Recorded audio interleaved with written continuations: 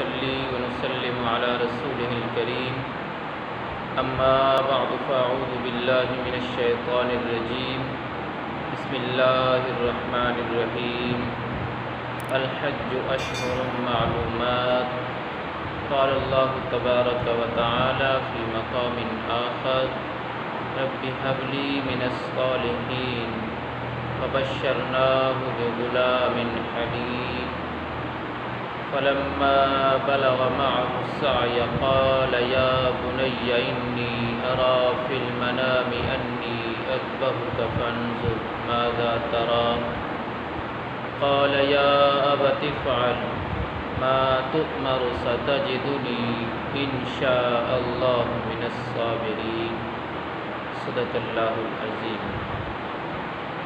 آج کی یہ تفصیلی گفتگو حج، عمرہ اور قربانی کے مسائل، فضائل اور احکام کے متعلق ہے۔ حج اسلام کے 5 ارکان میں سے ایک رکن ہے جن پر اسلام کی بنیاد ہے۔ حج کی فرضیت قرآن کریم، احادیث مبارکہ اور اجماع امت سے ایسے ہی ثابت ہے جیسا کہ نماز، روزہ اور زکوٰۃ کی فرضیت ثابت ہے۔ اس لیے جو شخص حج کی فرضیت کا انکار کرے وہ دائرہ اسلام سے خارج ہو جائے گا۔ اس بارے میں اللہ تعالیٰ کا ارشاد ہے وَلِلَّهِ عَلَى النَّاسِ حِجُّ الْبَيْتِ مَنِ اسْتَطَاعَ إِلَيْهِ سَبِيلًا وَمَنْ كَفَرَ فَإِنَّ اللَّهَ غَنِيٌّ عَنِ الْعَالَمِينَ۔ اس کا ترجمہ ہے اور اللہ کے واسطے لوگوں کے ذمہ اس مکان کا حج کرنا ہے، یعنی اس شخص کے جو کہ طاقت رکھے وہاں تک کے سبیل کی، اور جو شخص منکر ہو اللہ تعالیٰ تمام جہان والوں سے غنی ہے۔ یہ آیات مقدسہ حج کی فرضیت کے حوالے سے نص قطعی ہے۔ رسول اکرم صلی اللہ علیہ وسلم نے 5 ارکان اسلام کو ایک حدیث میں بیان فرما دیا ہے۔ سرکار دو عالم صلی اللہ علیہ وسلم نے ارشاد فرمایا بنی الاسلام علی 5 شہادت اللہ الہ الا اللہ وان محمد رسول اللہ وإقام الصلاة وإيتاء الزکاة والحج وصوم رمضان۔ رسول پاک صلی اللہ علیہ وسلم نے فرمایا اسلام کی بنیاد 5 چیزوں پر ہے۔ اس بات کی گواہی دینا کہ اللہ کے سوا کوئی معبود نہیں اور محمد صلی اللہ علیہ وسلم اللہ کے رسول ہیں، نماز قائم کرنا، زکوٰۃ دینا، حج کرنا اور رمضان کے روزے رکھنا۔ اسی آیات مقدسہ میں لفظ استطاعت گزرا ہے کہ حج صاحب استطاعت پر فرض ہے۔ استطاعت سے کیا مراد ہے؟ تو اس حوالے سے میں عرض کرتا چلوں، استطاعت سے مراد یہ ہے کہ حاجی کے پاس سفر کے اخراجات کے لیے ضروری رقم موجود ہو۔ اس کے علاوہ اپنے گھر والوں کو بھی حاجی اتنی رقم دے کر جائے جو حاجی کے واپسی تک گھر والوں کی ضروریات کے لیے کافی ہو۔ ایک سوال یہاں پر یہ اٹھ سکتا ہے کہ کیا صاحب استطاعت عورت پر بھی حج کرنا لازم ہے؟ اس بارے میں عرض کرتا چلوں، عورت پر حج اس وقت لازم ہے جب اس کے ساتھ اس کا شوہر یا کوئی محرم موجود ہو۔ سامعین محترم، حج اہل محبت کے لیے ایک اہم سفر ہے۔ انسانی طبیعت یہ تقاضا کرتی ہے کہ انسان اپنے وطن، اہل و عیال، دوست و رشتہ دار اور مال و دولت سے انسیت و محبت رکھے اور ان کے قریب رہے۔ جب آدمی حج کے لیے جاتا ہے تو اسے اپنے وطن اور بیوی بچے، رشتہ دار و اقارب کو چھوڑ کر اور مال و دولت خرچ کر کے جانا پڑتا ہے۔ یہ سب اس لیے کرنا پڑتا ہے کہ حج کی ادائیگی شریعت کا حکم ہے۔ یہی وجہ ہے کہ شریعت نے حج کے حوالے سے بہت ہی رغبت دلائی ہے۔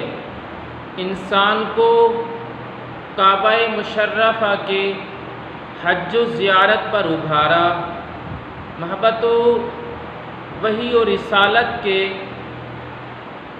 دیدار کا شوق بھی دلایا، اور سب سے بڑھ کر شریعت نے حج کا اتنا اجر و ثواب متعین فرمایا ہے کہ سفر ایک عاشقانہ سفر بنا دیا گیا ہے۔ میں آپ کو اب عرض کرتا چلوں کہ حج کا اجر و ثواب کتنا ہے۔ حضرت ابو ہریرہ رضی اللہ تعالیٰ عنہ فرماتے ہیں، سئل النبی صلی اللہ علیہ وسلم، رسول پاک صلی اللہ علیہ وسلم سے پوچھا گیا، ای الاعمال افضل، اللہ کے رسول افضل عمل میں سے کون سا عمل زیادہ فضیلت رکھتا ہے؟ آپ علیہ السلام نے ارشاد فرمایا، اللہ اور اس کے رسول پر ایمان لانا سب سے زیادہ فضیلت والا عمل ہے۔ پھر پوچھا گیا تو آپ علیہ السلام نے فرمایا، اللہ کے راستے میں جہاد کرنا۔ پھر پوچھا گیا، قیل ثم ماذا؟ تو آپ علیہ السلام نے فرمایا، قال حج مبرور، حج مبرور بہت ہی فضیلت والا عمل ہے۔ حج مبرور کیا ہے؟ حج مبرور اسے کہتے ہیں ایسا حج جس کے دوران کوئی گناہ کا ارتکاب نہ ہوا ہو، ایسا حج جو اللہ کے ہاں مقبول ہوا ہو، وہ حج جس میں کوئی ریا اور شہرت مقصود نہ ہو، جس میں کوئی فسق و فجور نہ ہو، وہ حج جس سے لوٹنے کے بعد گناہ کی تکرار نہ ہو اور نیکی کا رجحان بڑھ جائے، وہ حج جس کے بعد آدمی دنیا سے بے رغبت ہو جائے اور آخرت کے سلسلے میں دلچسپی رکھے۔ حج مبرور کے حوالے سے حضرت ابو ہریرہ رضی اللہ تعالیٰ عنہ فرماتے ہیں کہ رسول اکرم صلی اللہ علیہ وسلم نے فرمایا، یہ حدیث مبارکہ بخاری شریف حدیث نمبر 1773 اور مسلم میں یہ روایت 1349 اس کا نمبر ہے۔ اس کا ترجمہ ہے، ایک عمرہ دوسرے عمرے تک ان گناہوں کا کفارہ ہے، اور جو ان دونوں کے درمیان گناہ ہوئے ہوں، اور حج مبرور کا بدلہ صرف جنت ہی ہے۔ یعنی ایک عمرہ اور دوسرا عمرہ، اس کے درمیان میں جو گناہ ہوئے ہیں، یہ دونوں عمرے ان دونوں کا کفارہ ہے، اور حج مبرور کا صلہ تو رسول پاک صلی اللہ علیہ وسلم نے فرمایا جنت ہی ہے۔ حدیث مبارکہ میں آتا ہے کہ حج پچھلے سارے گناہوں کو مٹا دیتا ہے۔ ابن شمامہ فرماتے ہیں، کہ ہم حضرت عمر بن عاص رضی اللہ تعالیٰ عنہ کی خدمت میں حاضر ہوئے۔ یہ روایت ابن شمامہ سے ہے۔ جبکہ وہ قریب المرگ تھے، وہ کافی دیر تک روئے، پھر انہوں نے اپنا چہرہ دیوار کی طرف کر لیا۔ اس پر ان کے صاحبزادے نے چند سوالات کیے۔ پھر انہوں نے فرمایا، جب اللہ نے میرے قلب کو نور ایمان سے منور کرنا چاہا تو میں رسول اللہ صلی اللہ علیہ وسلم کی خدمت میں حاضر ہوا اور عرض کیا۔ آپ علیہ السلام نے اپنا داہنا دست مبارک پھیلایا تاکہ میں بیعت کروں۔ آپ علیہ السلام نے جب اپنا دانا ہاتھ پھیلایا، پھر میں نے اپنا ہاتھ کھینچ لیا۔ آپ علیہ السلام نے فرمایا، اے عمر تجھے کیا ہوا ہے؟ میں نے کہا، اے اللہ کے رسول میری ایک شرط ہے۔ آپ علیہ السلام نے فرمایا، تمہاری کیا شرط ہے؟ میں نے کہا، میری مغفرت کر دی جائے۔ آپ علیہ السلام نے فرمایا، مسلم کی حدیث نمبر غالباً 152 میں ہے، جس کا ترجمہ ہے، کیا تمہیں معلوم نہیں کہ اسلام پہلے گناہوں کو مٹا دیتا ہے، ہجرت گزشتہ گناہوں کو مٹا دیتی ہے، اور حج پہلے گناہوں کو مٹا دیتا ہے۔ یعنی آپ علیہ السلام نے فرمایا، جب بندہ اسلام قبول کرتا ہے تو جو گناہ اسلام قبول کرنے سے پہلے کیے تھے وہ سب گناہ مٹا دیے جاتے ہیں، اور جب بندہ اسلام کے لیے ہجرت کرتا ہے تو اس کے ہجرت سے پہلے والے جو گناہ ہیں وہ مٹا دیے جاتے ہیں۔ اور اسی طرح فرمایا، جو آدمی حج کرتا ہے حج سے پہلے والے اس کے گناہوں کو مٹا دیا جاتا ہے۔ اور یہ ایسے عمل ہیں حج اور عمرہ۔ آقا علیہ السلام نے فرمایا، حضرت عبداللہ بن عباس اس کے راوی ہیں، وہ فرماتے ہیں، آپ علیہ السلام نے فرمایا، حج اور عمرہ پر دوام برتو، کیونکہ یہ دونوں فقر اور گناہوں کو ختم کرتے ہیں، جیسا کہ دھوپنی لوہا سے زنگ کو دور کر دیتی ہے۔ ایک اور حدیث مبارکہ میں ہے، رسول اکرم صلی اللہ علیہ وسلم نے فرمایا، حج اور عمرہ ایک ساتھ کیا کرو، کیونکہ یہ دونوں فقر اور گناہوں کو مٹاتے ہیں۔ جیسا کہ بھٹی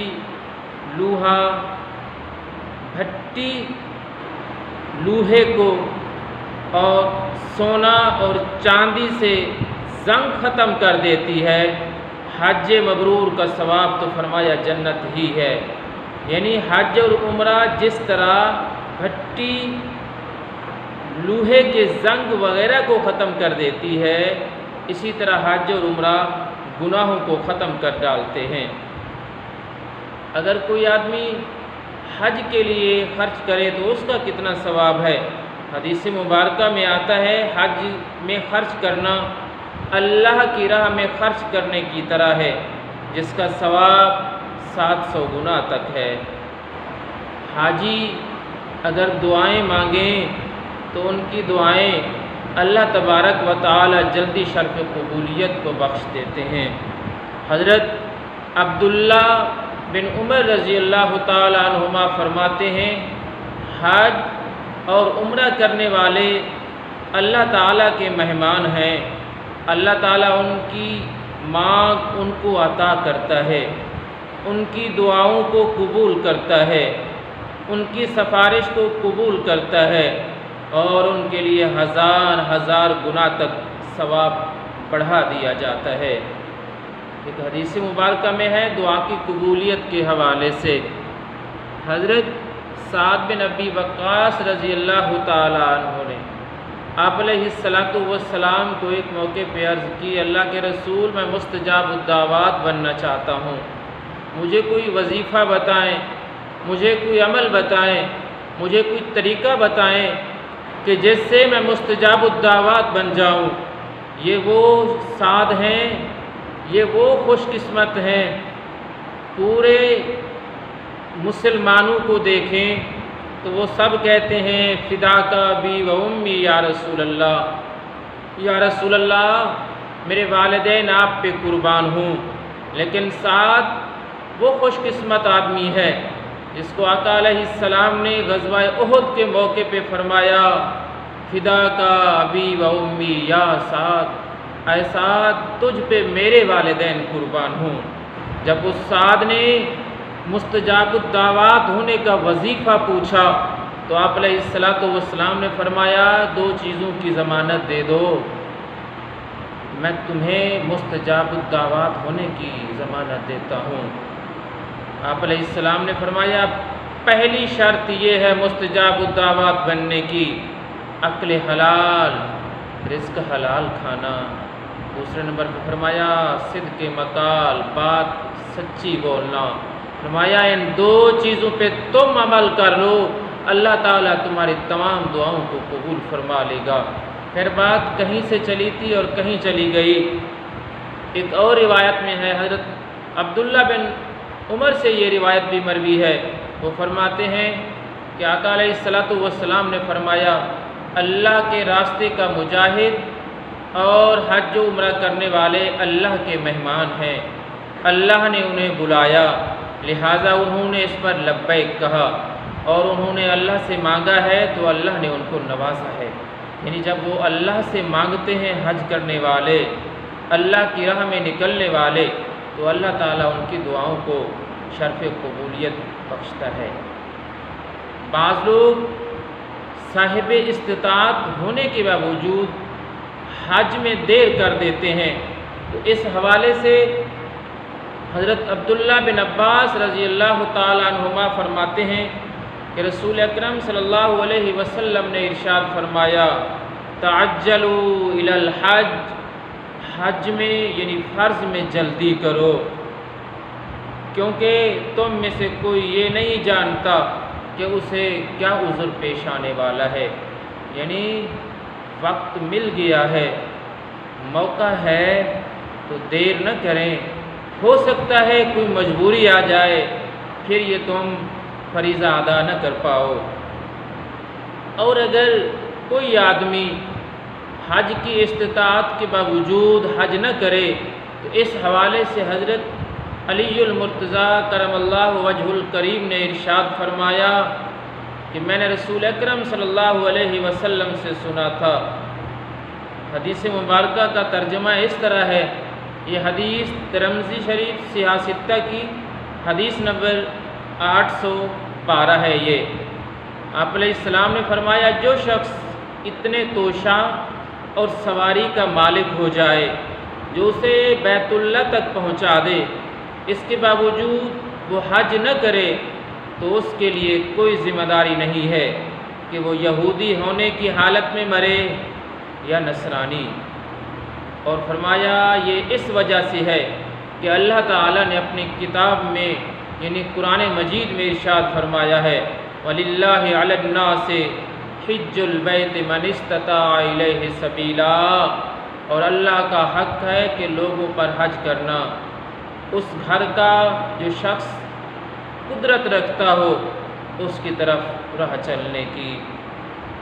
حضرت عمر بن خطاب رضی اللہ تعالیٰ عنہ فرماتے ہیں کہ میں نے ارادہ کیا کہ کچھ لوگوں کو ان شہروں میں بھیجوں، پھر وہ ان لوگوں کی تحقیق کریں جنہوں نے استطاعت کے باوجود حج نہیں کیا،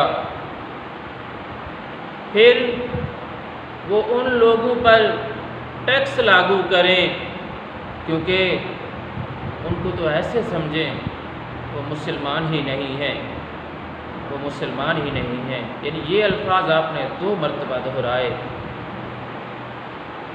حج کے اجر و ثواب پر جو احادیث مبارکہ میں آئے ہیں وہ کسی بھی مسلمان کو حج و عمرہ کا شوق دلانے کے لیے کافی ہیں۔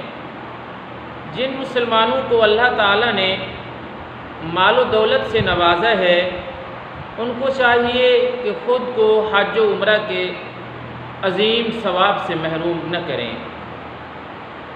کیونکہ ہم ہمادم نیکیوں کے حصول اور گناہوں اور سیئات سے مغفرت کے سخت محتاج ہیں۔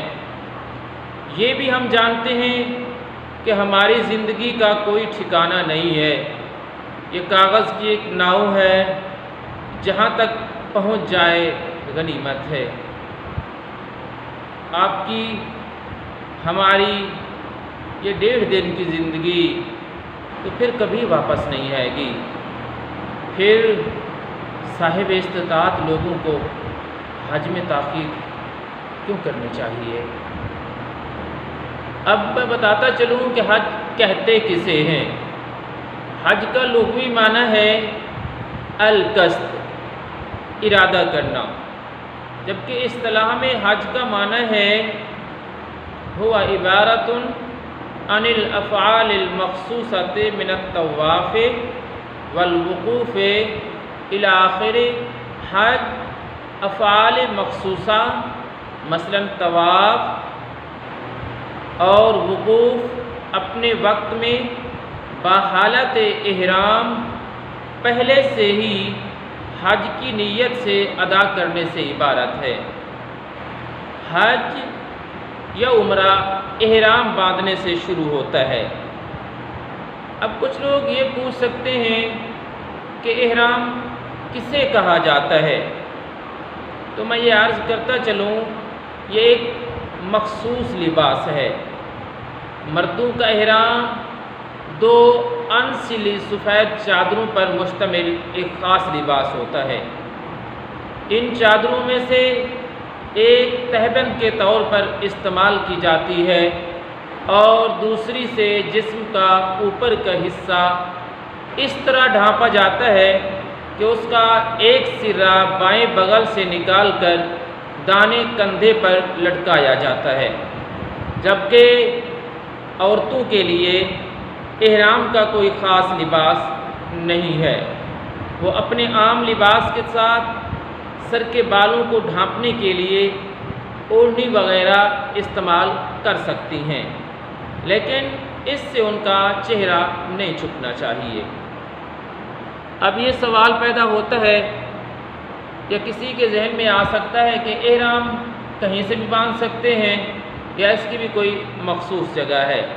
تو میں عرض کرتا چلوں مختلف ممالک، مختلف اطراف سے آنے والے لوگوں کے لیے مختلف جگہیں ہیں احرام باندھنے کی، جنہیں میقات کہا جاتا ہے۔ یعنی وہ میقات مختلف ممالک سے آنے والے لوگوں کے لیے الگ الگ بھی ہو سکتے ہیں۔ مثلا جو بر صغیر ایشیا کے اکثر ممالک کا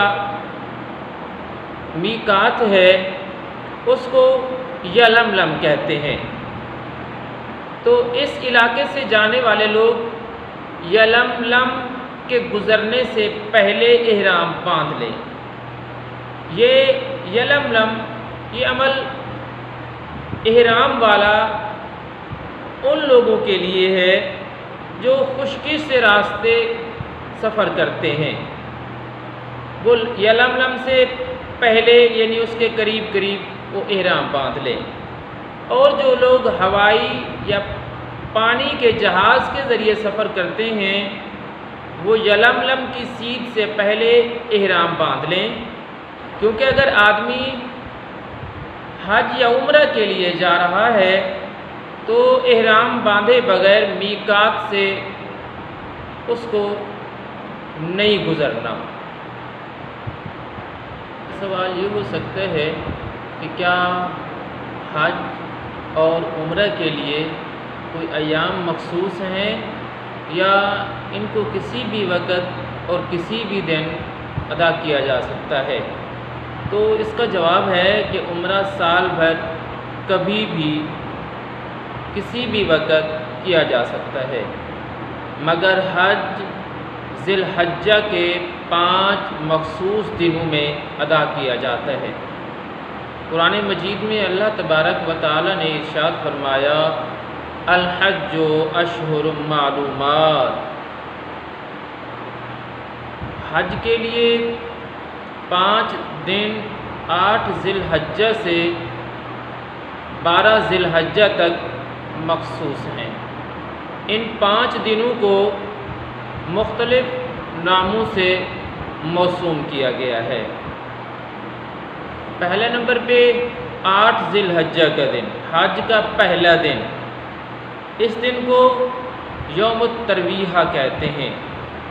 حج کا دوسرا دن 9 ذی الحج، اس دن کو یوم عرفہ کہا جاتا ہے، جبکہ حج کا تیسرا، چوتھا اور 5واں دن یعنی 10، 11 اور 12 ذی الحجہ کو ایام النحر کہا جاتا ہے۔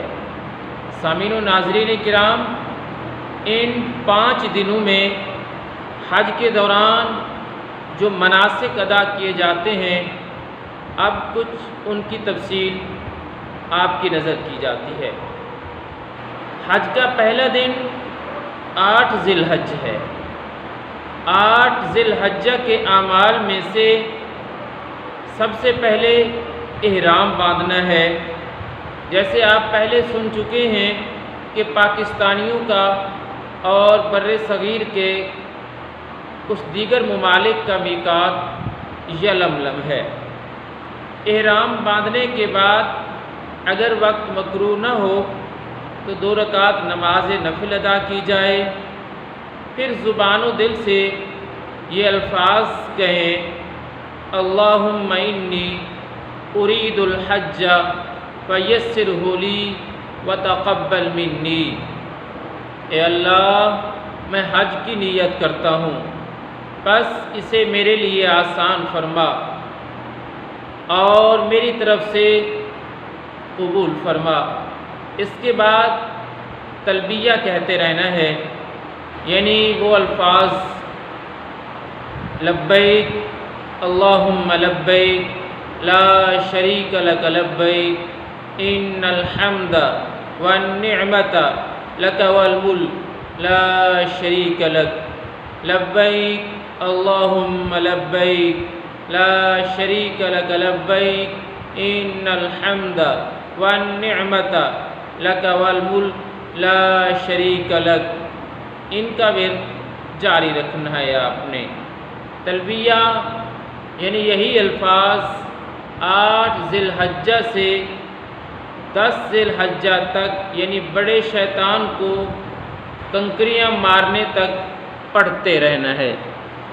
سورج نکلنے کے بعد مینا تشریف لے جائیں اور اس روز کی نماز ظہر سے لے کر 9 ذی الحجہ کی فجر تک 5 نمازیں آپ مینا میں ادا کریں گے۔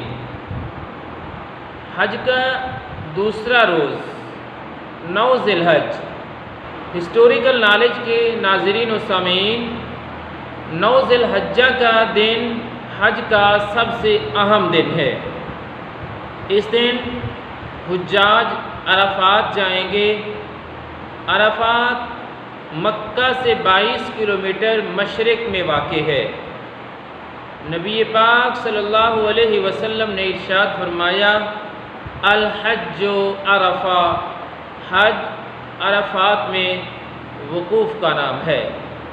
وقوف عرفہ حج کا رکن اعظم ہے، اس کے بغیر حج نہیں ہوگا۔ وقوف عرفات کے صحیح ہونے کی شرط یہ ہے کہ 9 ذی الحجہ کے دن حاجی وہاں پہنچے، وہاں مسجد نمرہ میں خطبہ سماعت کرنے کے بعد نماز ظہر و عصر اکٹھی پڑھیے۔ حجاج غروب آفتاب سے قبل عرفہ کو نہ چھوڑیں ورنہ دم لازم آئے گا۔ مغرب کے بعد مزدلفہ کی طرف روانہ ہوں۔ مزدلفہ میں جا کر مغرب اور عشاء کو عشاء کے وقت میں اکٹھے ادا کرنا ہے۔ حج کا تیسرا دن یعنی 10 ذی الحج اور حج کے تیسرے دن کے اعمال۔ اس دن مزدلفہ سے مینا کی طرف صبح صادق کے بعد روانہ ہوں۔ صبح صادق سے پہلے روانہ نہیں ہونا، مگر طلوع آفتاب سے پہلے مینا کی طرف چل پڑیں، یعنی صبح صادق کے بعد اور طلوع آفتاب سے پہلے۔ بہتر یہ ہے کہ یہاں سے کنکریاں اٹھا لیں، ویسے کہیں سے بھی اٹھائی جا سکتی ہیں، کیونکہ حج کے تیسرے دن 10 ذی الحج کو بڑے شیطان کو کنکریاں مارنی ہوتی ہیں، اور کنکریوں کی تعداد 7 یا کم از کم 3 ہو،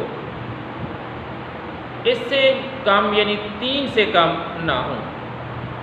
شیطان کو کنکریاں خود مارنی ہیں، اور اگر شدید ترین عذر ہو تو پھر دوسرا بھی آپ کی جگہ پہ کنکریاں مار سکتا ہے۔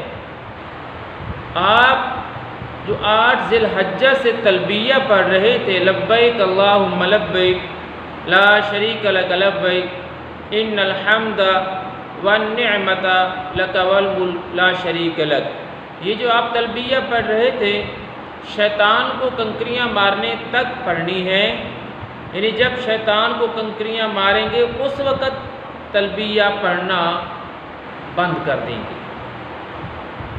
یہ بات یاد رہے کہ کنکری ستون کو ہی لگے یہ لازم نہیں ہے، بلکہ ستون کے اطراف میں بنے ہوئے دائرے میں ہی گر جائیں تو بھی واجب ادا ہو جائے گا۔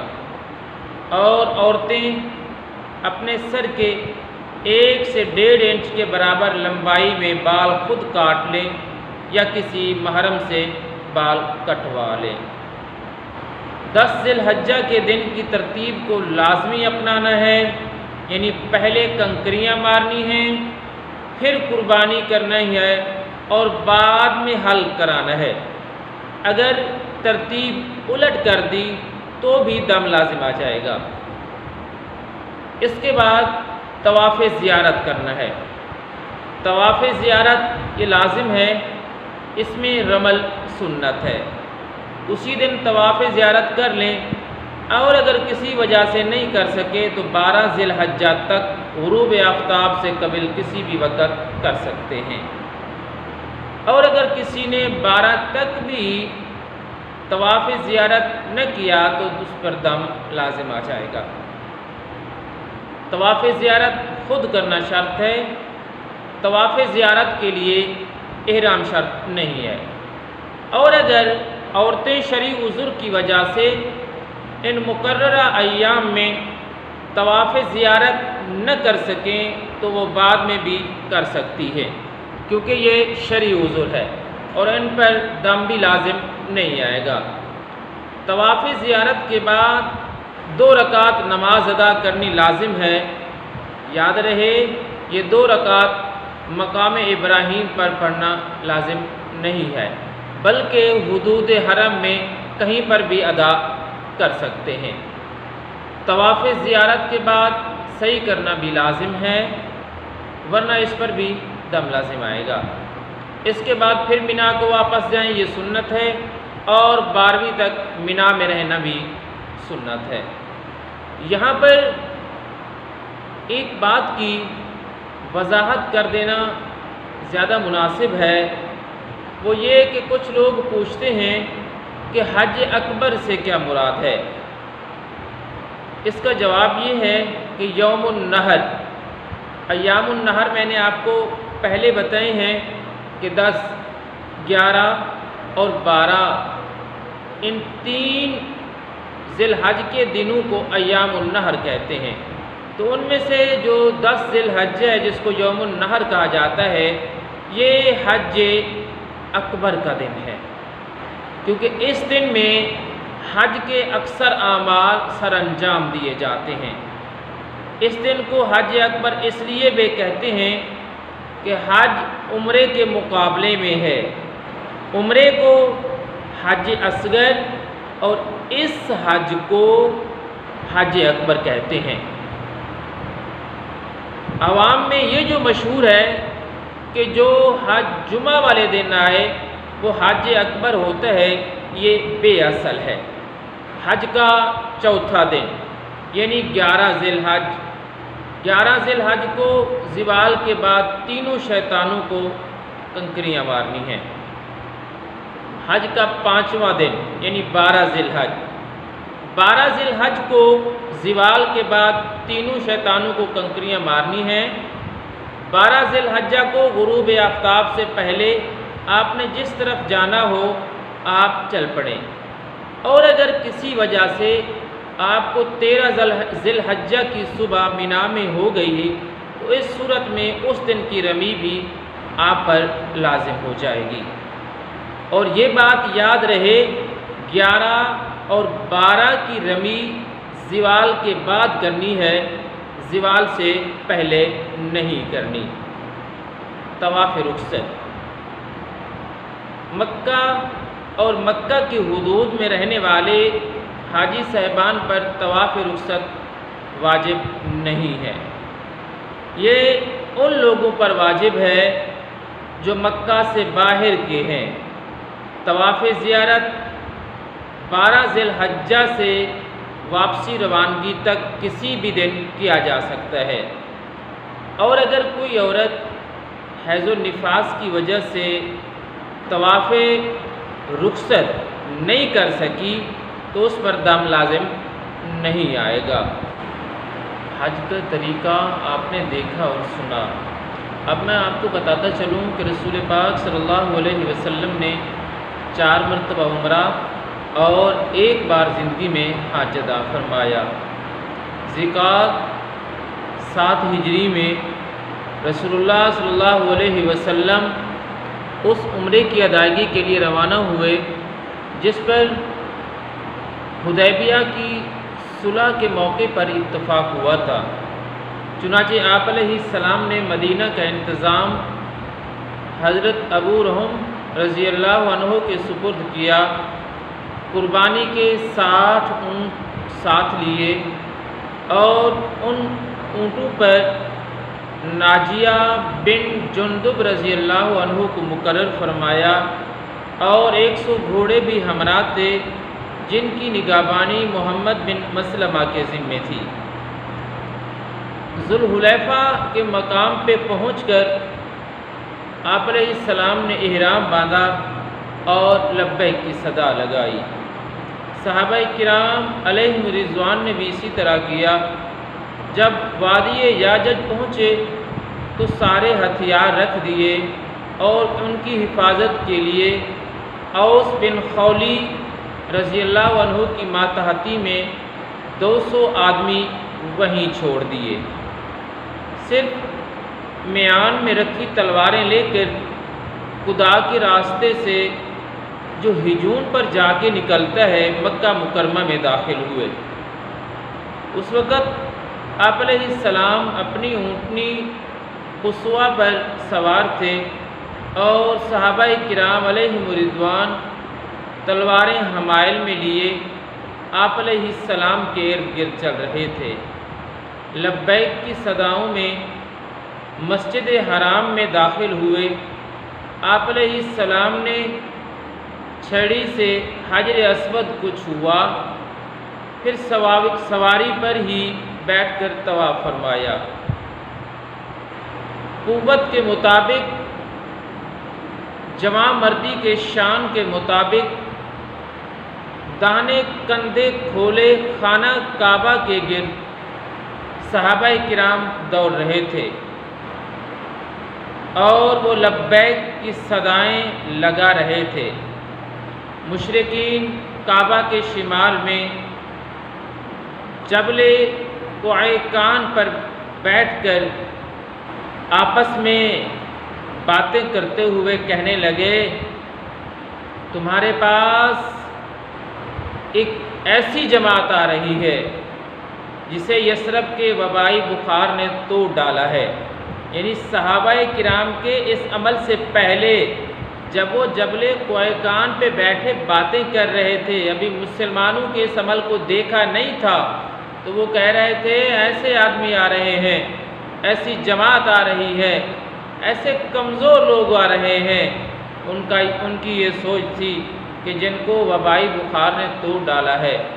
اور بات ہے، کہا جاتا ہے کہ جب رسول پاک صلی اللہ علیہ وسلم یثرب پہنچے تو وہاں کی آب و ہوا یہاں سے ہجرت کرنے والوں کو راس نہ آئی، تو آپ علیہ السلام نے اللہ سے دعا مانگی، میرے مالک اب تو میں یہاں آ گیا ہوں، اب یثرب کو مدینہ بنا دے۔ لیکن میں عرض کرتا چلوں، اپنے اصل ٹاپک پہ آتا ہوں، لیکن جب مسلمانوں کو دیکھا کہ دوڑ کے طواف کر رہے ہیں تو کہنے لگے یہ تو ایسے لوگوں سے بھی تگڑے ہیں، یعنی اپنے تگڑے لوگوں کا انہوں نے نام لے کے کہا کہ یہ تو ایسے فلاں لوگوں سے بھی تگڑے ہیں۔ در حقیقت رسول اللہ صلی اللہ علیہ وسلم نے صحابہ کرام کو حکم دیا تھا کہ پہلے 3 چکروں میں دوڑ لگائیں، اس طرح مشرکین کو اپنی قوت دکھلائیں۔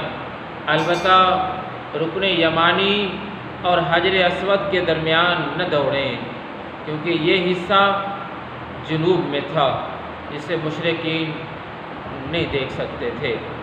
طواف سے فارغ ہو کر آپ علیہ السلام نے صفا و مروہ کی سعی کی اور ان کے ساتھ پھیرے لگا کر مروہ کے پاس قربانی کے جانور ذبح کیے اور وہیں اپنا سر منڈوایا۔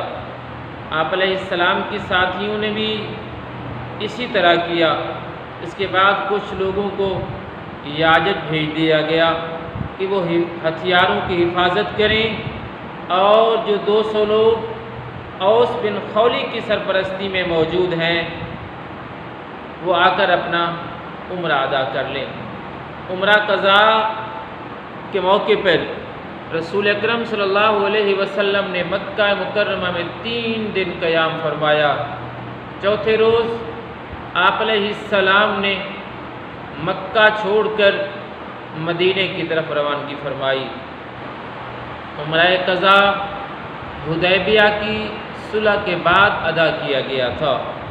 سامعین محترم، صلح حدیبیہ کا تذکرہ آپ کے علم میں انشاءاللہ العزیز اضافے کا سبب بنے گا، اس لیے مناسب ہے کہ آگے جو ہم نے گفتگو کرنی ہے اس سے پہلے صلح حدیبیہ جسے اللہ نے فتح مبین فرمایا ہے اس کا مختصر تذکرہ آپ کی نظر کیا جائے۔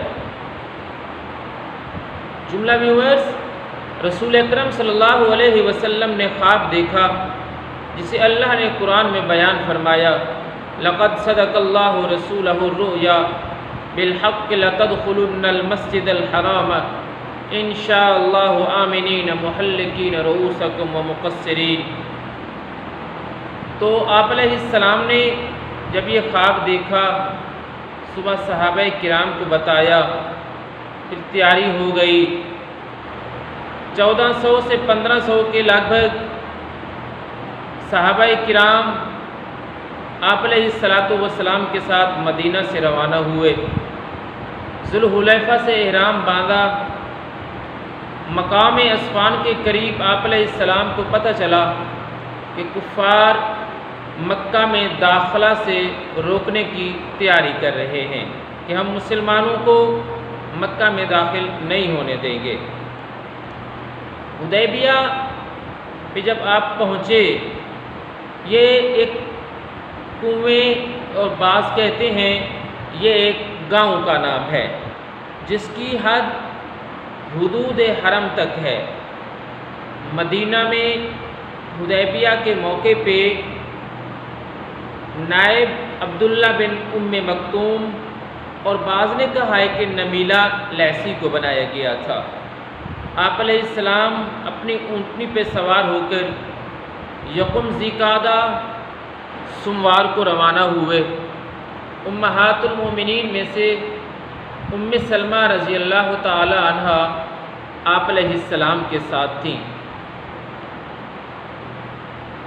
جب آپ علیہ السلام اور اکثر صحابہ ذوالحلیفہ پہ پہنچے، سب کے پہنچنے کے بعد آپ علیہ السلام نے بھی احرام باندھا اور باقی صحابہ کرام نے بھی، اور ہدا کو یعنی قربانیوں کو قلادے بھی پہنا دیے گئے۔ جوفہ سے بنو خزاعہ کے بشر بن سفیان کو مکہ بھیجا کہ وہاں کے حالات کا جائزہ لے کر بتائے۔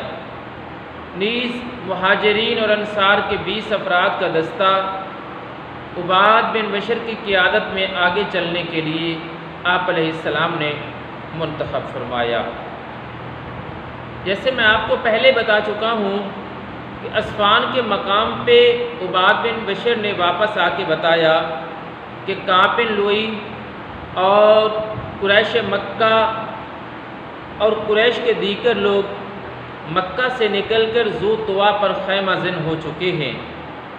نیز آپ کو روکنے کے لیے 200 شہسوار لوگ خالد بن ولید کو دے کر قراع الغمیم کی طرف بھیج دیے گئے ہیں۔ یاد رہے حدیبیہ تک خالد بن ولید دائرہ اسلام میں داخل نہیں ہوئے تھے، بلکہ لکھا جاتا ہے کہ 6 ہجری کے آخر میں یا 7 ہجری کی ابتدا میں اللہ نے ان کو اسلام قبول کرنے کی توفیق بخشی۔ تو آپ علیہ السلام کو جب یہ پتہ چلا تو آپ علیہ السلام راستہ تبدیل کر کے حدیبیہ پہنچ گئے۔ یہاں آپ علیہ السلام کی ناکہ بیٹھ گئی۔ تہامہ میں بنو خزاعہ کا سردار بدیل بن ورقا نے کہا کہ میں نے حدیبیہ کے گرد کعب بن لؤی کو عورتوں اور بچوں سمیت دیکھا ہے، اور وہ کہنے لگا وہ لوگ آپ کو مکہ نہیں جانے دیں گے۔ آپ علیہ السلام نے ساری صورتحال بتائی کہ آنے کا مقصد صرف کعبۃ اللہ کی زیارت ہے۔ اس نے کہا جا کے مکہ والوں کو بتاؤں گا۔ آپ علیہ السلام نے اجازت دے دی اسے، مگر کفار نے ان کی بات نہ مانی۔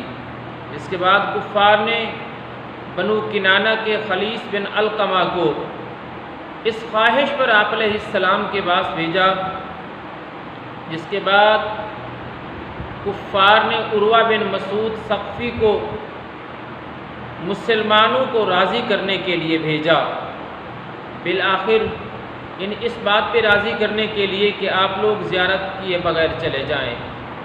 بالآخر ایک رات کفار کے 40 سے 50 لوگوں نے مسلمانوں کے کیمپ پر حملہ کر دیا، مگر وہ سب کے سب گرفتار ہو گئے۔ آپ علیہ السلام نے بجائے ان کو سزا دلانے کے سب کو معاف کر دیا۔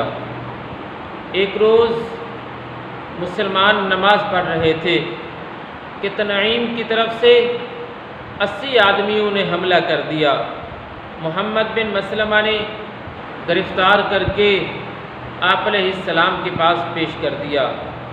آپ علیہ السلام نے ان کو بھی معاف کر دیا۔ اس کے بعد حضرت عمر فاروق رضی اللہ تعالیٰ عنہ کو آپ علیہ السلام نے فرمایا کہ اے عمر، تجھے ہم مکہ کی طرف سفیر بنا کے بھیجتے ہیں۔ وہ عرض کرتے ہیں اللہ کے رسول، مجھے جانے سے تو کوئی انکار نہیں ہے، لیکن میرا کوئی وہاں بڑا خاندان نہیں ہے، کوئی ایسے لوگ نہیں ہیں جو میرے حامی ہوں۔ اگر میری جگہ پہ کسی اور کو بھیج دیں، حضرت عثمان غنی کو بھیج دیں جن کا بہت بڑا خاندان ہے، تو میں سمجھتا ہوں حضرت عمر فاروق نے عرض کی کہ زیادہ بہتر ہوگا۔ آپ علیہ السلام نے حضرت عمر فاروق کے اس مشورے کو قبول فرماتے ہوئے حضرت عثمان غنی کو سفیر بنا کے بھیجا۔ مقام بلدہ پر قریش کے منع کرنے پر حضرت عثمان کے چچا زاد ابان بن سعید، جو ابھی اسلام نہیں لائے تھے، بعد میں انہوں نے اسلام قبول کیا تھا، ان ابان بن سعید نے حضرت عثمان غنی کو اپنی پناہ میں مکہ مکرمہ پہنچایا۔ حضرت عثمان غنی رضی اللہ تعالیٰ عنہ کے مکہ روکے جانے پر آپ کی شہادت کی افواہ پھیل گئی۔ آپ علیہ السلام نے ان کی شہادت کا بدلہ لینے کے لیے صحابہ کرام سے بیعت لی۔ اس بیعت کا نام بیعت رضوان اور بیعت شجرہ بھی اس کو کہا جاتا ہے۔ آپ علیہ السلام کہ اس عمل پر حضرت عمر فاروق رضی اللہ تعالیٰ عنہ نے آواز لگائی کہ آپ علیہ السلام بیعت کے لیے بلاتے ہیں۔ اس بیعت کا ذکر اللہ نے قرآن مجید میں ارشاد فرمایا ہے۔ سورۃ الفتح میں مختصر میں عرض کرتا چلوں کہ حضرت عمر فاروق کے بلانے پر آپ علیہ السلام کی سب سے پہلے جس آدمی نے بیعت کی اس کا نام ابو سنان اسدی ہے، اور ان میں سے ایک شخص ایسا بھی ہے فرط محبت میں، جذبہ جہاد میں بڑھنے کی کوشش اتنا تھی کہ انہوں نے 3 مرتبہ بیعت لی۔ اس کا نام ہے سلمہ بن اکوع رضی اللہ تعالیٰ عنہ، اور ان میں ایک شخص ایسا بھی تھا جس نے بیعت نہیں کی تھی، جس کا نام تھا جد بن قیس۔ حضرت عمر فاروق رضی اللہ تعالیٰ عنہ آپ علیہ السلام کا ہاتھ تھامے ہوئے تھے جب کہ معقل بن یسار نے اس درخت کی ٹہنیاں آپ علیہ السلام سے ہٹا رکھی تھیں۔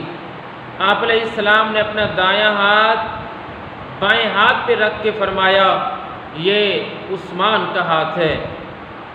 جب کفار کو پتہ چلا، نزاکت کو محسوس کرتے ہوئے کفار مکہ نے سہیل بن عمر کو 2 اور آدمی مکرز اور حویتب کے ساتھ مسلمانوں کے ساتھ معاہدہ کرنے بھیجا۔ حضور صلی اللہ علیہ وسلم نے مسلمانوں کی طرف سے حضرت اوس بن خولی کو یہ معاہدہ تحریر کرنے کا حکم دیا، تو سہیل بن عمر نے کہا آپ علیہ السلام سے کہ آپ خود لکھیں یا اپنے چچا زاد حضرت علی کو حکم دیں۔ یہ تحریر لکھی گئی، یہ ایک لمبی گفتگو ہے۔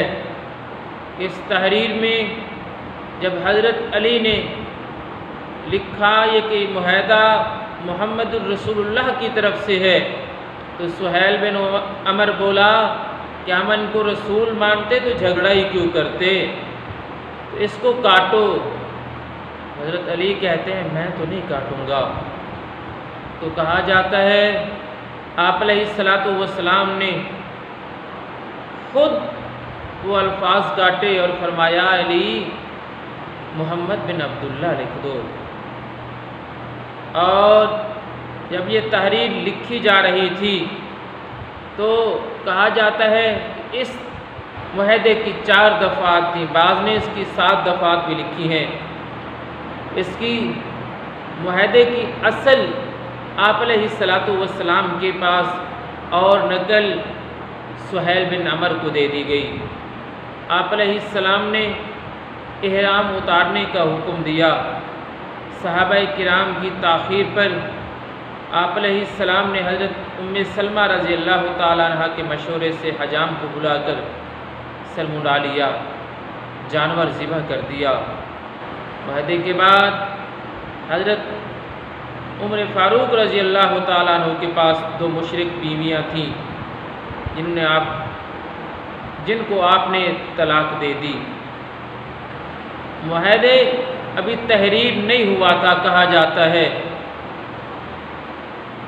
باتیں طے ہو چکی تھیں، شرائط طے پا چکی تھی، ابھی معاہدہ ہوا نہیں تھا کہ ایک نوجوان ہاتھوں میں ہتھ کڑیاں، پاؤں میں بیڑیاں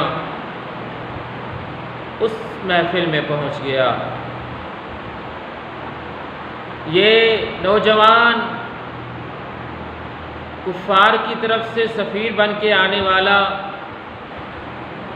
سہیل بن عمر کا بیٹا ابو جندل تھا، جو اسلام قبول کرنے کی پاداش میں قید تھا۔ جب ابو جندل نے اپنے آپ علیہ السلام کے پاس جب ابو جندل پہنچا تو صحابہ کرام نے آپ علیہ السلام سے رو رو کے عرض کی کہ اللہ کے رسول، ہم مدینہ سے تیاری کر کے نکلے تھے، آپ نے ان کی مان لی، ہماری نہیں مانی۔ ہم تو 313 تھے، 1000 کے لشکر کو فتح کر لیا تھا، آج تو ہماری تعداد 1400-1500 تھی۔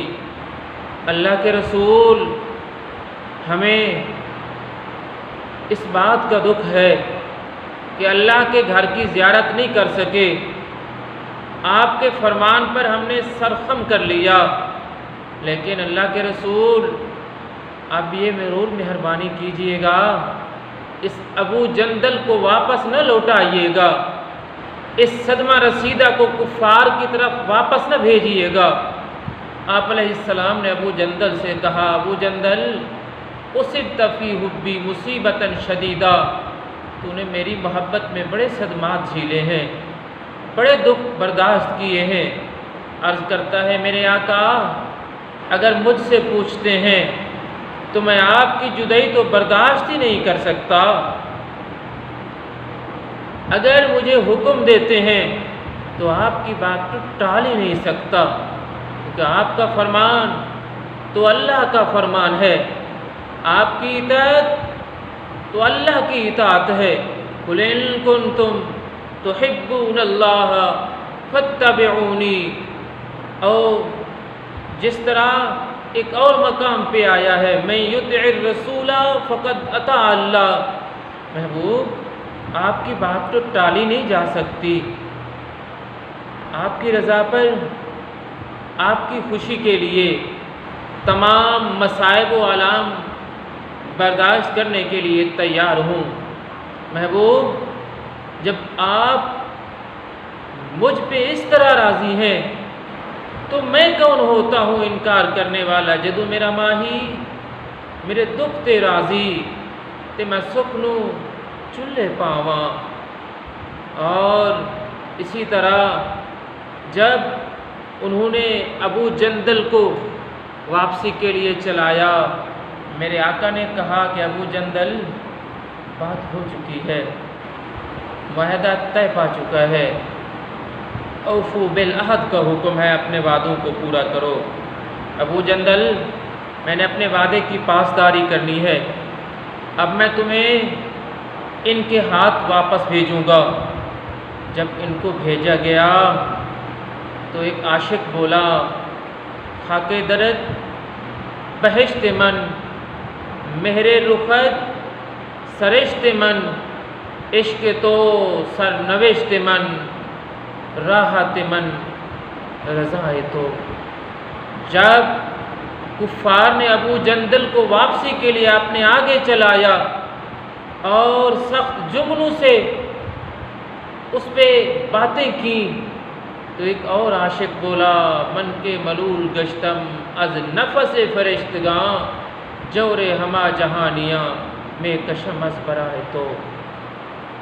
سامعین محتشم، میرے آقا نے معاہدے کے مطابق ابو جندل کو واپس کر دیا۔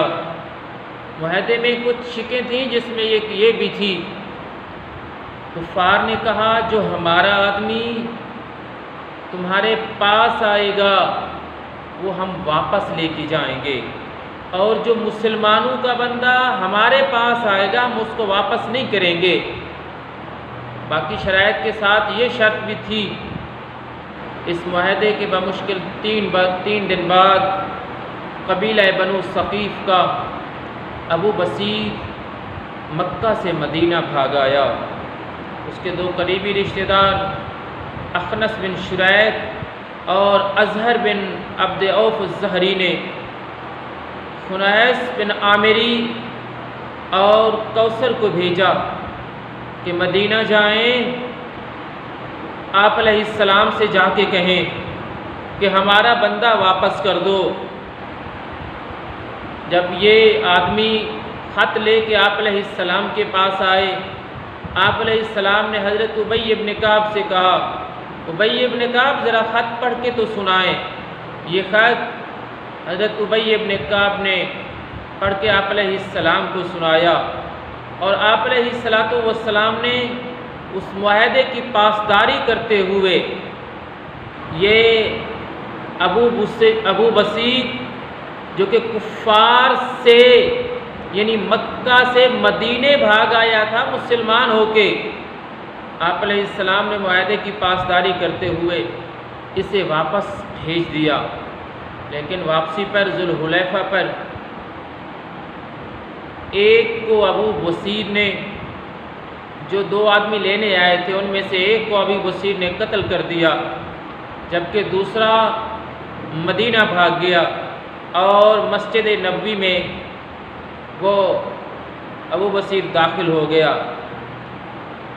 جب وہ لوگ آپ علیہ السلام کے پاس آئے اور باتیں کرنے لگے، ابو بصیر کو آپ علیہ السلام کی گفتگو سے لگا کہ آپ مجھے دوبارہ ان کے حوالے کر دیں گے، کیونکہ معاہدہ اسی طرح تھا۔ تو ابو بصیر بھاگ کر ساحل سمندر مقام امیس پہ چلا گیا۔ ادھر ابو جندل بھی بھاگ کر مقام امیس پہ ابو بصیر سے آ ملے۔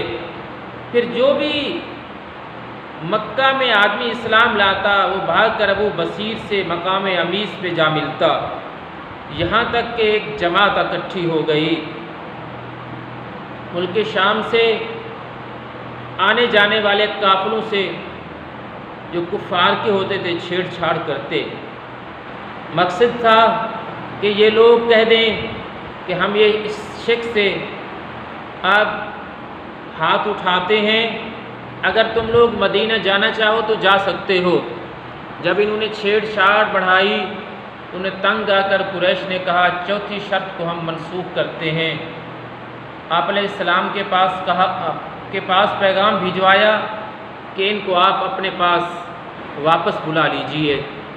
آپ علیہ السلام نے قریش مکہ کی درخواست کو قبول کرتے ہوئے امیس والوں کے پاس پیغام بھیجا، تو اس وقت ابو بصیر بیمار اور صاحب فراش تھے، لیکن ابو بصیر نے ابو جندل سے کہا کہ ابو جندل، اب میں تو اس مکھڑے کو نہیں تک سکتا، میری سانسیں آخری چل رہی ہیں، اس شہر مقدس کی زیارت شاید میرے نصیب میں نہیں ہے، لیکن تم وہاں ضرور جاؤ، آقا کے فرمان کی تکمیل کرو۔ اس دوران ابو بصیر کا انتقال ہو گیا۔ ابو جندل مدینے چلے آئے۔ معاہدے جو ہوا تھا صلح حدیبیہ، اس کے تحت مسلمان 10 سال تک جنگ بندی کر کے آئے تھے اور ایک دوسرے کے حلیف قبائل پر بھی حملہ نہیں ہو سکتا تھا، لیکن بنو بکر جو کہ قریش کا حلیف تھا، انہوں نے مسلمانوں کے حلیف قبیلے بنو خزاعہ پر حملہ کر دیا۔ جب یہ خلاف ورزی کی، آپ علیہ السلام کے پاس پیغام بھیجا گیا، تو آپ علیہ السلام کے پاس کہا جاتا ہے عمر بن سالم خزاعی پیغام لے کے گیا اور دردناک کہانی سنائی کہ اللہ کے رسول، ہم تو آپ کے حلیف ہیں، انہوں نے ہمارے بچوں بوڑھوں جوانوں پر ایسا ظلم کیا کہ ہم جب حدود حرم میں داخل ہو گئے تو انہوں نے پھر بھی ہمارا خون بہانا نہیں چھوڑا۔ تو کہا جاتا ہے آپ علیہ السلام کے چشمان مبارک سے آنسو آ گئے اور فرمایا خزاعہ منی، خزاعہ تو میرے دل میں بستے ہیں، وہ تو میرے قریب ہیں۔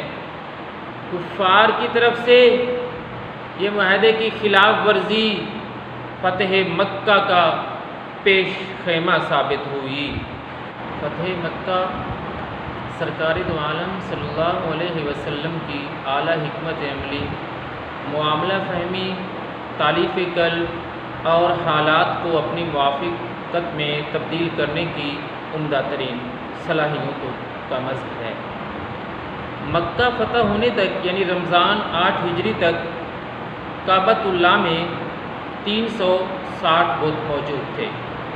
ہر قبیلے کا علیحدہ علیحدہ بت تھا، حبل اور شمس تو ایسے بت تھے جو کعبہ کی چھت پر موجود تھے۔ اس فتح کے لیے آپ علیہ السلام اور آپ کے رفقا نے بے شمار قربانیاں دیں۔ حضرت صلی اللہ علیہ وسلم کی بعثت کے ساتھ ہی قریش کی مخالفتوں اور عداوتوں کا نہ ختم ہونے والا سلسلہ شروع ہو گیا۔ اپنے بیگانے ہو گئے۔ رسول پاک صلی اللہ علیہ وسلم کو تکالیف دینے کے لیے رؤسائے مکہ نے 25 رکنی کمیٹی بنائی، جس کا سربراہ ابو لہب کو بنایا گیا۔ مخالفتیں، عداوتیں اس حد تک بڑھ گئیں کہ رسالت مآب صلی اللہ علیہ وسلم کی لگ بھگ 13 سال کی کوشش کے باوجود وہ کم نہ ہو سکیں۔ حالات کی نزاکت کی وجہ سے آپ علیہ السلام اپنا آبائی گھر اور اللہ کا گھر کعبۃ اللہ چھوڑ کر یثرب ہجرت فرما گئے۔ پھر 6 ہجری میں ایک ایسا واقعہ روح پذیر ہوا جس کو اللہ نے فتح مبین قرار دیا۔ واقعہ آپ پہلے سماعت فرما چکے ہیں کہ مسلمانوں کا وفد پھر حدیبیہ کے مقام پہ پہنچا تھا۔ پھر وہاں پہ چند نقاط پر مشتمل ایک معاہدہ طے پایا تھا، جن کی شکیں تھیں، جن میں سے ایک یہ تھی کہ 10 سال تک جنگ بندی اور ایک دوسرے کے حلیف قبائل سے لڑائی نہ کرنے کا معاہدہ بھی شامل تھا۔ جیسے میں آپ کو پہلے بتا چکا ہوں کہ پھر بنو بکر نے بنو خزاعہ پہ حملہ کر دیا۔ یہ پھر ان کی عہد شکنی کفار کی فتح مکہ کا پیش خیمہ ثابت ہوئی۔ 10 رمضان 8 ہجری میں رسول اللہ صلی اللہ علیہ وسلم لگ بھگ 10,000 صحابہ کرام رضوان اللہ علیہ مجمعین کے ساتھ مکہ فتح کرنے کے لیے روانہ ہوئے تو مکہ کے قریب مر الزہران پہ پہنچ کر رات بسر فرمائی اور فرمایا کہ ہر قبیلہ علیحدہ علیحدہ کیمپ لگائے اور آگ روشن کرے، اور ان سب کا نگران حضرت عمر فاروق رضی اللہ تعالیٰ عنہ کو مقرر فرما دیا۔ آگ روشن دیکھ کر قریش مکہ نے ابو سفیان، جو کہ اس وقت تک اسلام نہیں لائے تھے، ان کو بھیجا کہ جائیں حالات کا پتہ کریں، جن کی ملاقات آپ علیہ السلام کے چچا عباس بن عبد المطلب سے ہو گئی، جو ابو سفیان کو حضور علیہ السلام کی خدمت میں لے آئے تاکہ آپ علیہ السلام سے ان کی امن کا سوال کرے۔ آپ علیہ السلام سے اجازت ملنے کے بعد ایک رات ابو سفیان نے عباس بن عبد المطلب کے پاس گزارا۔ اگلے دن عباس بن عبد المطلب ان کو آپ علیہ السلام کے پاس لے گئے۔ آپ علیہ السلام نے ابو سفیان کو اسلام قبول کیا اور انہوں نے اسلام قبول کر لیا۔ یاد رہے اس سے قبل حضرت عباس بن عبد المطلب جوفہ کے مقام پر آپ علیہ السلام کو ملے، جو ہجرت کر کے مدینہ جا رہے تھے۔ آپ علیہ السلام نے انہیں فرمایا، اے چچا، اپنے خاندان کو مدینہ بھیج دیں اور خود ہمارے ساتھ مکہ معظمہ چلیں۔ داعیے امن و انقلاب نے اپنے رفقا کو حکم دیا کہ اب ہم مکہ میں داخل ہونے لگے ہیں، میری ان باتوں کو غور سے سن لو۔ آپ علیہ السلام نے فرمایا کہ جو آدمی حرم کعبہ میں چلا جائے اس کو امان دے دی جائے، جو ابو سفیان کے گھر چلا جائے اسے بھی امان دے دی جائے، جو حکیم بن حزام کے گھر میں پناہ لے لے، جو اپنے گھر کا دروازہ بند کر دے، جو ہتھیار اتار دے، ان سب کو امن دے دیا جائے، بچوں، بوڑھوں اور عورتوں کو بھی امن دے دیا جائے۔ آپ علیہ السلام کعبۃ اللہ میں داخل ہوتے ہیں، ان کو اصنام سے پاک کرتے جاتے ہیں اور فرماتے جاتے ہیں جاء الحق وزهق الباطل ان الباطل کان زہوقا۔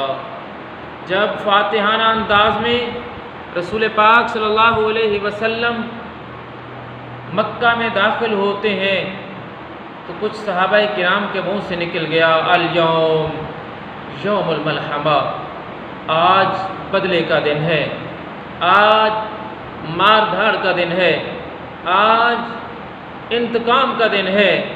آپ علیہ السلام نے فرمایا قریش کو لوگوں تمہارا، قریش کے لوگوں سے آپ نے فرمایا لوگوں تمہارا کیا خیال ہے میرے بارے میں تمہارے ساتھ کیا سلوک کرنے والا ہوں؟ وہ بولے آپ کریم بھائی کے کریم بیٹے ہیں۔ اب مکہ والے سر جھکائے کھڑے ہیں، آج مسلمان مفتو نہیں بلکہ فاتح ہیں، مغلوب نہیں بلکہ غالب ہیں۔ آج مکہ کے دشت و جبل سے مسلمانوں کی چیخوں کی نہیں بلکہ نعرہ تکبیر کی صدائیں گونج رہی ہیں۔ اس وقت رسول اکرم صلی اللہ علیہ وسلم کو گزرے ہوئے واقعات تو یاد آئے ہوں گے، جب آپ کے راستے میں کانٹے بچھائے گئے، جب دروازے پر غلاظتیں ڈالی گئیں، جب نماز کی حالت میں اوجھلی ڈالی گئی، جب رفقاء سمیت شعب ابی طالب میں آپ نے 3 سالہ محصوری برداشت کرنی کی۔ محصوری کا یہ دور اتنا کٹھن تھا کہ رسالت مآب صلی اللہ علیہ وسلم اور آپ کے رفقاء نے درختوں کے پتے کھا کے وقت بسر کیا۔ 10 نبوی میں سفر طائف کے موقع پر بنو ثقیف کے اوباشوں نے جو ظلم و ستم کی داستان رقم کی تھی اس کی نظیر ملنا بھی محال ہے۔ یہی مکہ کے لوگ آپ علیہ السلام کی مدینہ کی طرف ہجرت کرنے کے باوجود تنگ کرنے کا کوئی موقع ہاتھ سے نہ جانے دیا۔ یہ لوگ کئی بار حملے کر چکے تھے اور یہی لوگ 5 ہجری میں غزوہ خندق کے موقع پر مدینہ میں موجود یہودی قبیلہ بنو قریظہ کے ساتھ مل کر مسلمانوں کے پیٹھ میں چھرا گھونپنے کی کوشش بھی کر چکے تھے۔ اس فتح کے موقع پر آپ علیہ السلام کے چچا حضرت حمزہ کا قاتل وحشی بن حرب بھی سامنے کھڑا تھا۔ حدیبیہ کے موقع پر کفار کی طرف سے صلح کے لیے آنے والا اور لفظ محمد الرسول اللہ کو کاٹ کے اس کی جگہ محمد بن عبداللہ لکھوانے والا سہیل بن عمر بھی سامنے کھڑا ہے۔ اسلام اور پیغمبر اسلام کے دشمن سامنے کھڑے تھے۔ ذرا سوچو تو صحیح یار، زندگی میں کوئی ایک بار توہین کر دے، کوئی ایک بار انسلٹ کر دے، کوئی ایک بار اگنور کر دے، کوئی ایک بار توجہ نہ کرے، ساری زندگی بھلانا محال ہو جاتا ہے۔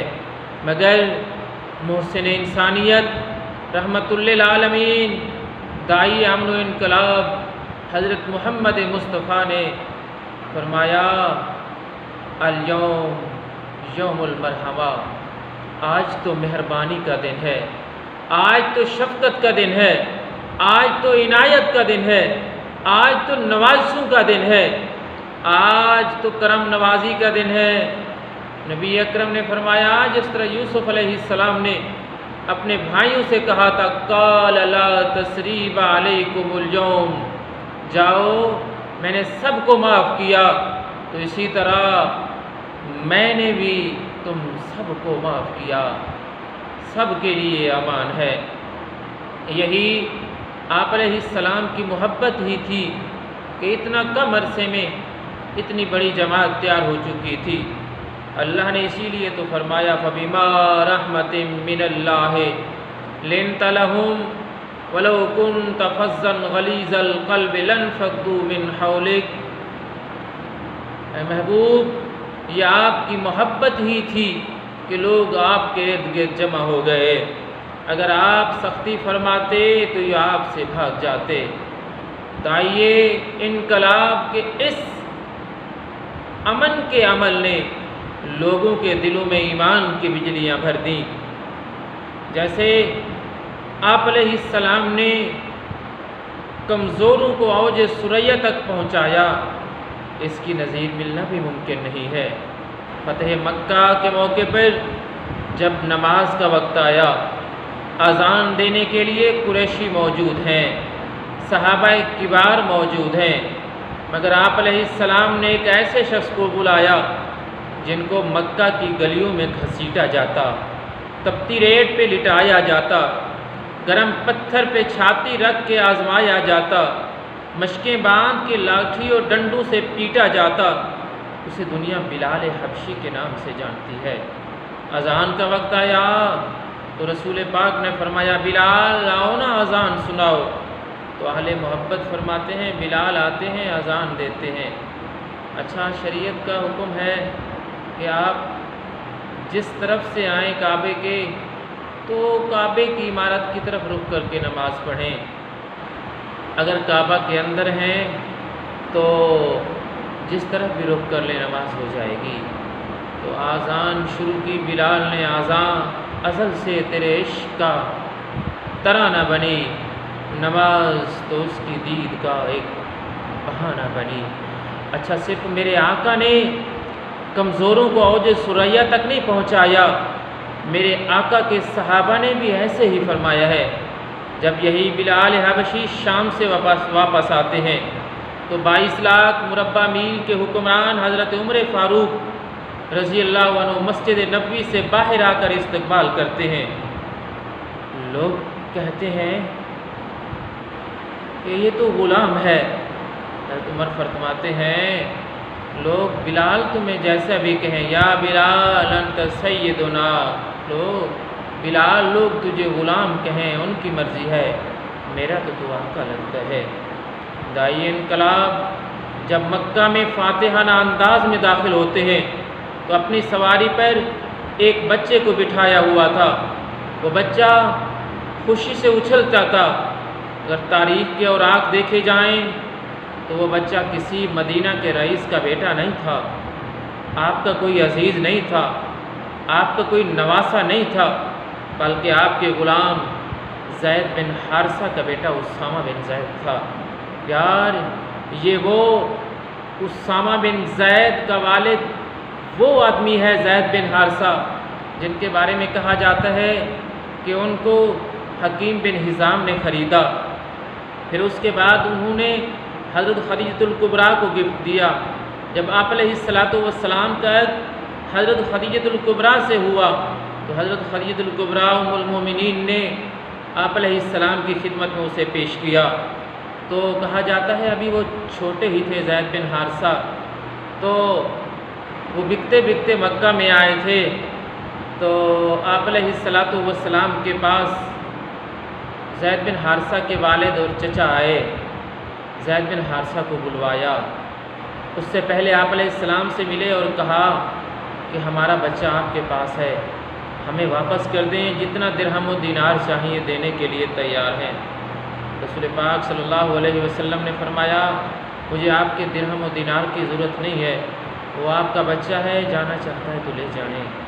جب زید بن حارثہ کو ملے اور کہا والد نے کہ زید تیری یاد نے سب کو پریشان کر رکھا ہے، تیری ماں نے تو کئی دنوں سے کھایا پیا بھی کچھ نہیں، سارے خاندان والے پریشان ہیں، تجھ سے تو سبھی محبت کرتے تھے، حالات تم ادھر کھینچ لائے ہیں، اب جو تیرا آقا ہے اس سے تیری اجازت لے لی ہے، چلے اب ہمارے ساتھ گھر لوٹتے ہیں۔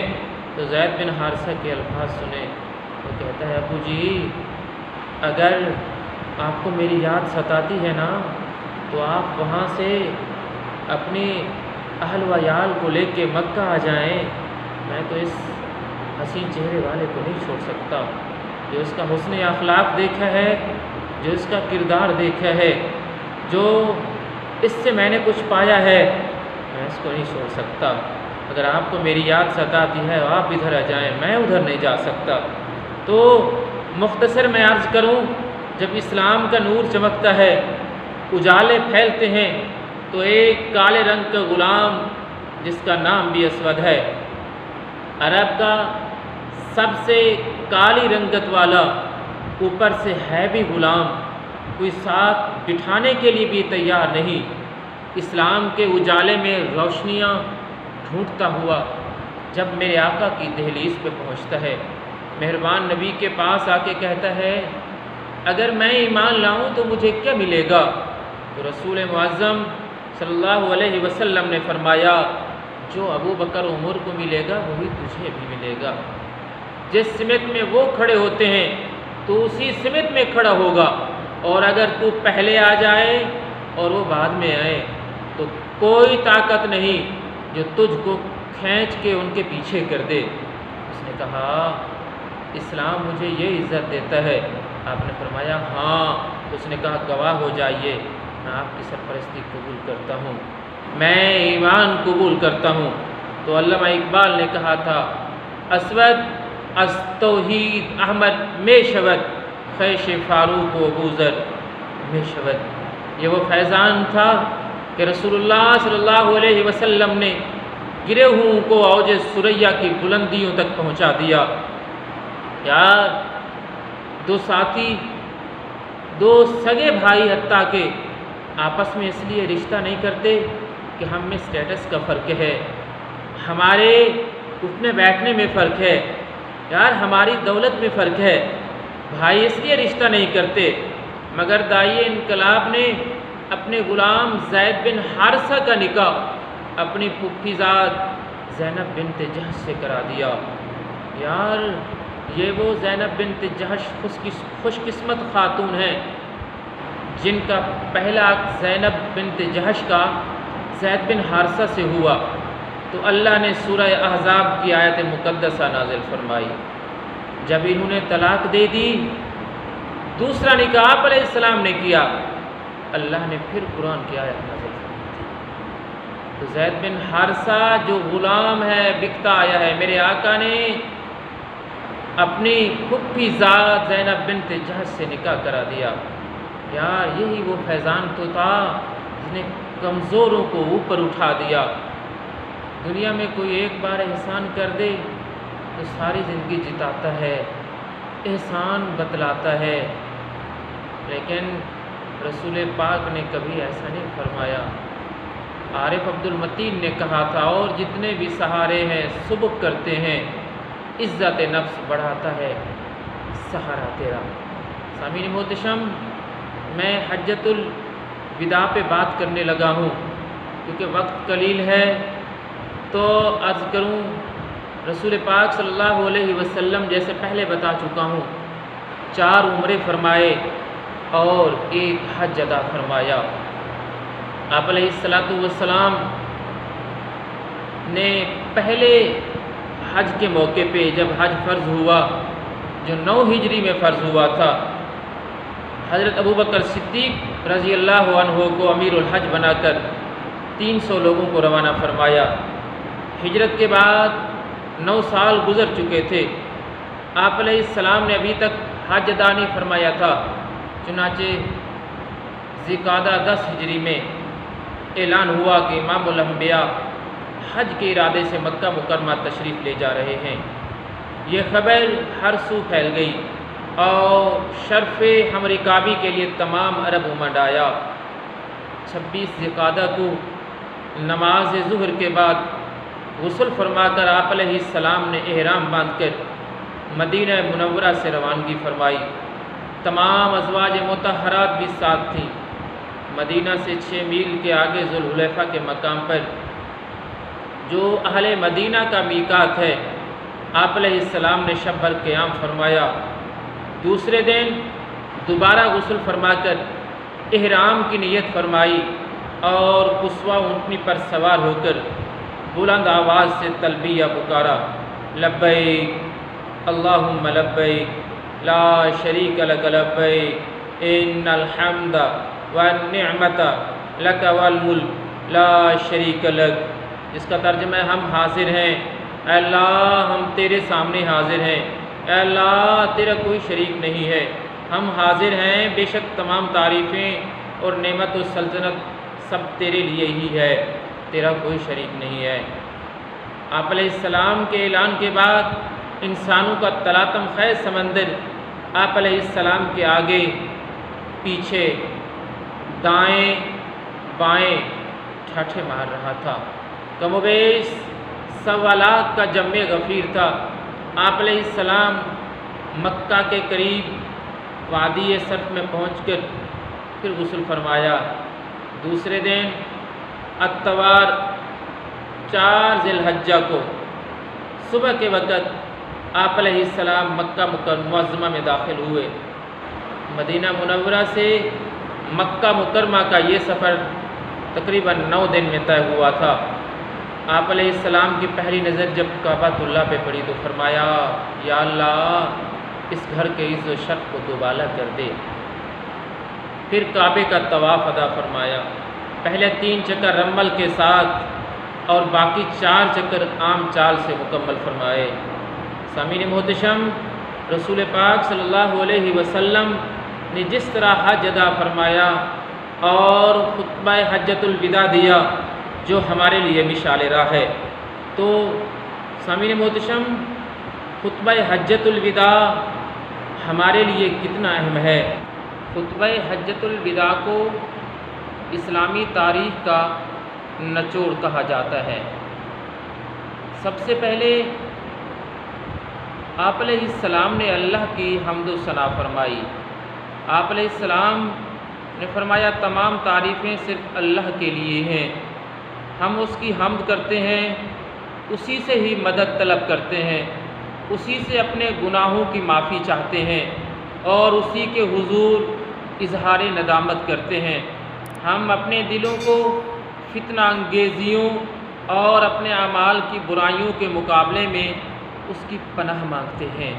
جسے اللہ سیدھے راستے پر چلنے کی توفیق دے اسے کوئی گمراہ نہیں کر سکتا، اور جسے وہ ہدایت کی توفیق نہ دے اسے کوئی راہ راست پر نہیں لا سکتا۔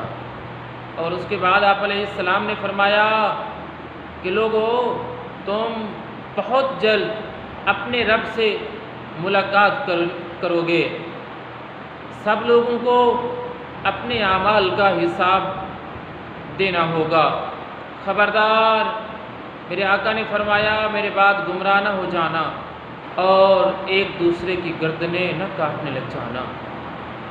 اس کے بعد آپ علیہ السلام نے خوف خدا اور نیکی کی تلقین کی۔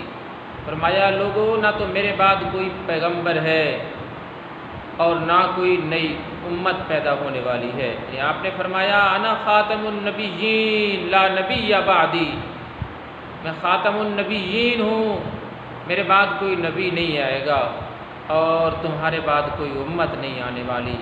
خوب سن لو کہ اپنے پروردگار کی عبادت کرو اور 5 گانہ نماز ادا کرو، سال بھر 1 مہینہ کے روزے رکھو، مالوں کی زکوٰۃ نہایت خوش دلی سے ادا کرو، خانہ کعبہ کا حج بجا لاؤ اور اپنے صاحب امر حکام کی اطاعت کرو، جس کی جزا یہ ہے کہ تم پروردگار کے فردوس بری میں داخلے کے مستحق بن جاؤ گے۔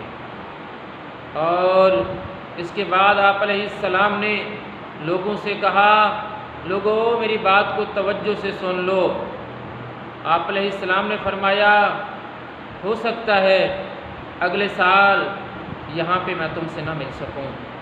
تبلیغ کرتے ہوئے فرمایا جان و مال کی حفاظت کے بارے میں کہ تمہارے خون، تمہارے مال اور تمہاری عزتیں ایک دوسرے پر ایسے ہی حرام ہیں جیسا کہ تم آج کے دن اس شہر کی اور اس مہینے کی حرمت کرتے ہو۔ لوگوں تم عنقریب اپنے خدا سے ملو گے اور اپنے اعمال کا حساب دو گے۔ آپ علیہ السلام نے توحید و رسالت کے بارے میں اعلان کرتے ہوئے فرمایا کہ اس حقیقت کا کہ اللہ کے سوا کوئی معبود نہیں، وہ اکیلا ہے، اس کا کوئی شریک نہیں۔ آقا نے فرمایا میں اس کا اعلان کرتا ہوں اور اس حقیقت کا بھی اعلان کرتا ہوں کہ محمد اس کا بندہ اور اس کا رسول ہے۔ اور آگے فرمایا اللہ کے بندو میں تم کو اسی کی عبادت کی نصیحت کرتا ہوں اور ترغیب دلاتا ہوں، میں آغاز کرتا ہوں اس بات سے کہ جو میرے لیے باعث فخر ہے کہ اللہ وحدہ لا شریک ہے، اس کا کوئی شریک نہیں ہے، اور میں اس کا عبد اور رسول ہوں۔ آپ علیہ الصلاۃ والسلام نے آگے فرمایا کہ امت کی رہنمائی کے لیے میں نے حق بات پہنچا دی ہے۔ اللہ نے قرآن میں بھی یہی فرمایا ہے نا کہ الذین یبلغون رسالات اللہ ویخشونہ ولا یخشون احدا الا اللہ، سورہ احزاب ہے، اس میں اللہ نے فرمایا میرے رسول تو وہ ہیں نا جو میرا پیغام پہنچا دیتے ہیں، وَيَخْشَوْنَهُ وَلَا يَخْشَوْنَ أَحَدًا إِلَّا اللَّهُ، وہ صرف مجھ سے ڈرتے ہیں، میرے علاوہ کسی سے نہیں ڈرتے۔ تو آقا نے فرمایا میں نے حق بات تم تک پہنچا دی ہے، اور فرمایا میں تمہارے درمیان دو چیزیں چھوڑے جا رہا ہوں، ایک کتاب اللہ ہے اور دوسری میری سنت ہے۔ فرمایا انا تارک فیکم الثقلین اولہما کتاب اللہ ثم قال سنتی، کہ ایک کتاب ہے دوسری میری سنت ہے۔ فرمایا جو ان دو چیزوں کو مضبوطی سے تھامے رکھے گا وہ کبھی گمراہ نہیں ہوگا۔ عورتوں کے حقوق کے بارے میں فرمایا لوگو اپنی بیویوں کے متعلق اللہ سے ڈرتے رہو، خدا کے نام سے تم نے ان کو بیوی بنایا، اور خدا کے کلام سے تم نے ان کا جسم اپنے لیے حلال بنایا ہے۔ تمہارا حق عورتوں پر اتنا ہے کہ وہ تمہارے بستر پر کسی غیر کو نہ آنے دیں، لیکن اگر وہ ایسا کریں تو ان کو ایسی مار مارو جو نمودار نہ ہو۔ عورتوں کا حق تم پر یہ ہے کہ تم ان کو اچھی طرح کھلاؤ، اچھی طرح پہناؤ۔ عالمگیریت کے حوالے سے جو اس کے مساوات ہیں، اس بارے میں آپ علیہ السلام نے فرمایا سب مسلمان آپس میں بھائی بھائی ہیں، سب آدم کی اولاد ہیں۔ آدم علیہ السلام مٹی سے پیدا کیے گئے تھے، کسی عربی کو عجمی پر، کسی کالے کو گورے پر کوئی فضیلت نہیں ہے، تمام انسان برابر ہیں۔ تم میں سے اللہ کے نزدیک سب سے زیادہ عزت والا وہ ہے جو تم میں سب سے زیادہ متقی ہے۔ آقا نے فرمایا میں تمہیں حکم دیتا ہوں کہ اپنے امیر کی اطاعت کرنا، اگر کوئی حبشی غلام بھی تمہارا امیر ہو، لیکن اگر وہ قرآن و سنت کے مطابق فیصلے کرے تو تم پر اس کی اطاعت واجب ہے۔ دور جاہلیت میں ہونے والے افعال کے بارے میں فرمایا دور جاہلیت کی ہر ایک بات میں نے اپنے قدموں کے نیچے پامال کر دی، سوائے حاجیوں کو پانی پلانے اور کعبے کی خدمت گزاری کے۔